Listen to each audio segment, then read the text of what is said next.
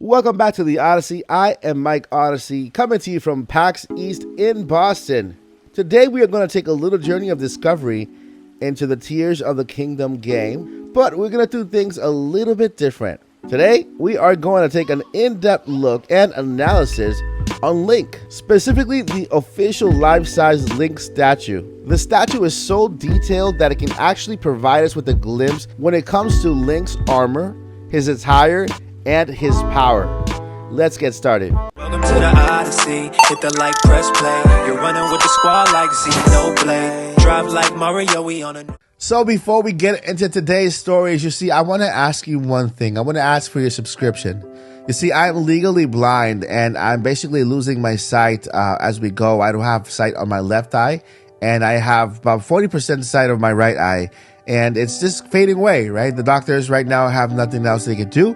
But I have a dream to become a full-timer on YouTube by the end of this year. And I want to ask you for your help. If you subscribe to this channel right now, it'll only take a second. For me, it'll just change my life. So if you could do that right now, I would really appreciate it. Here, we have Monday through Friday Nintendo news. On the weekends, we have products and reviews. And we also have the occasional in-topic podcast with your favorite voice actor. So I would really appreciate it. It would mean the world to me. And I just want to thank you in advance for giving me your subscription. Let's move on to today's stories. If you play Breath of the Wild, you've noticed that every outfit Link wears has its own protection and purpose. This is something that by analyzing each element of this statue, we can see that will continue in Tears of the Kingdom. Let's start with the boots. The boots Link is wearing in this live action statue could very well be upgraded boots obtained later in the game. Although this is just speculation, the boots look strong and well suited for battle and long form travels. Link is also wearing trousers and the champion's tunic, a very familiar attire from Breath of the Wild. Thanks to the statue, you can now see a third layer of protection underneath the champion's tunic. This is called the chainmail, which protects Link from arrows, swords, and other metallic weapons. If we turn our attentions to the back, we can see Link's Hylian hood, which he also wears in Breath of the Wild. But here we can notice that his hood is down. Could this be that in Tears of the Kingdom, we have the ability to customize the way that Link wears his clothes? At his waist, we see his belt, where he also has some bags attached to them. Depending on when in the game this pose is from, we could also say that there's something missing here. I'm referring to this right here. This could very well be the tears that Link collects from visiting each of the 7 dungeons. Again, this is all speculative. Alright, so now let's head to the area that I know everyone wants to know more about.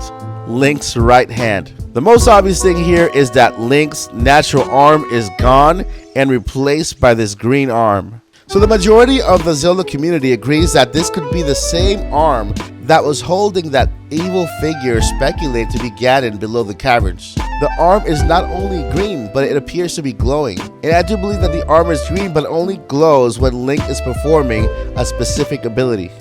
We can also notice in Link's new green arm that it looks like it's surrounded by some type of ancient brace. As we move closer to his hand, we notice that it looks like Link is wearing some rings, but we know that this is attached to this brace that he is also wearing, and the power flows through his hand to what looks like a centerpiece with a jewel in the center.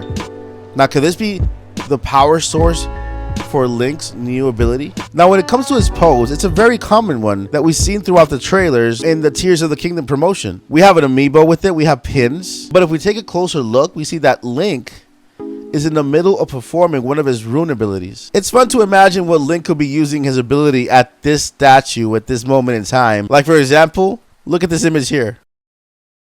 Alright guys, that is going to do it for today's awesome adventure here at the Odyssey. I am Mike Odyssey, but before I let you go, I have 2 very important things I need to let you know. Number 1, never give up. And number 2, journey on.